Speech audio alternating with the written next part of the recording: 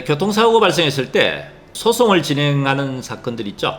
근데 사망사건이 아닌 일반적인 부상에 있어서 중상사건들은 소송 시 절차상 신체감정이라는 것을 해야 됩니다. 신체감정이라는 결과적으로 피해자에 대한 일실수익을 산정함에 있어서 그 산정금액에 대한 평가 기준의 바로미터가 되는 기준점입니다.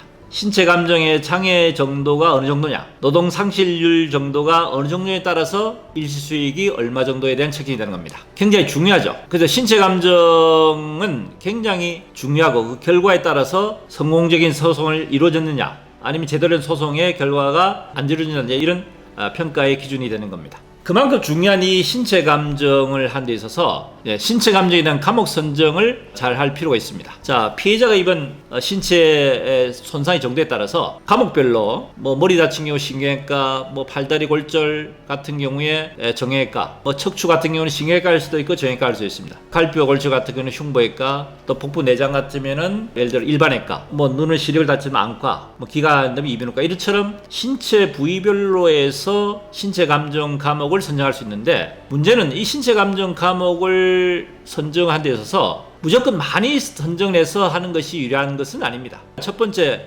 비용적 측면에서도 신체감정 감옥이 되면 한 감옥당 40만 원의 비용이 발생합니다. 그럼 두 감옥이면 80만 원, 세 감옥이면 120만 원 되겠죠. 물론 비용적 측면도 중요하지만 더 중요한 것은 신체감정을 감옥을 선정하면은 그 감옥당 감정의사가 정해지는데 이 감정 감옥에 대한 여러 감옥을 지정하게 되면은 한 병원에서 다 감옥을 수용할 수 없어가지고 그 병원이 나눠지는 경우도 있습니다. 여러 감옥을 선정할 경우에 피의자분도 여러 군데에 나눠서 이제 감옥을 선정해서 여러 군데 병원을 나눠서 가는 불편함도 있을 뿐더러 더욱이 문제되는 것은 감정에 대한 해신을 받는데 기간이 장기화됨으로 해가지고 소송이 아주 장기화되는 주요 원인이 되는 것이 문제입니다. 신체감정 감옥은 현실적으로 잘 판단해서 효율적으로 신청하는 것이 중요하다 하는 말씀을 첫 번째 드립니다. 그 다음에는 저희 실무적으로 지금 보면은 예를 들어서 장애 100% 환자라고 가정했을 때 식물인간이나 사지마비의 경우에는 노동력이 전혀 쓰지 못하니까 이 장애가 이제 100% 되겠죠. 장애가 100%가 나온 장애 같으면은 그때가 다른 신체 감옥을 척추의 사지마비가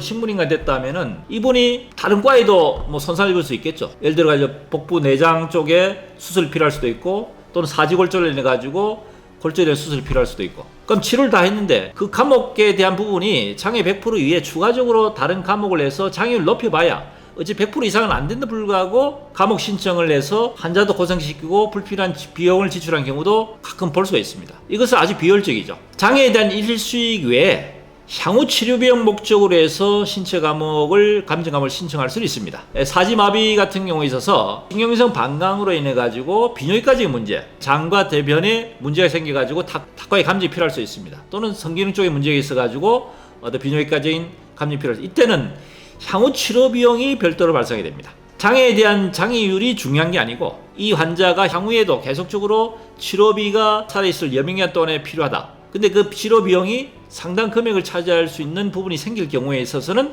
향후 치료비 목적으로 해서 별도의 감옥 신청을 할 수 있지만은 이 향후 치료 목적이 아닌 불필요한 신체 감정을 해가지고 결과적으로 장애 100% 이상은 장애율 자체에다 의미가 없기 때문에 불필요한 감정 감옥을 선정할 필요가 없다 하는 말씀드립니다. 자, 이번 시간에는 신체 감정에 있어서 신체 감정 감옥 선정을 잘 판단해서 효율적으로 잘 선정하는 것이 소송에서 상당히 기간을 단축시키고 비용적 측면에서도 효율적으로 운영할 수 있다는 내용을 가지고 한번 살펴봤습니다. 도움이 되셨으면 구독, 좋아요 부탁드립니다.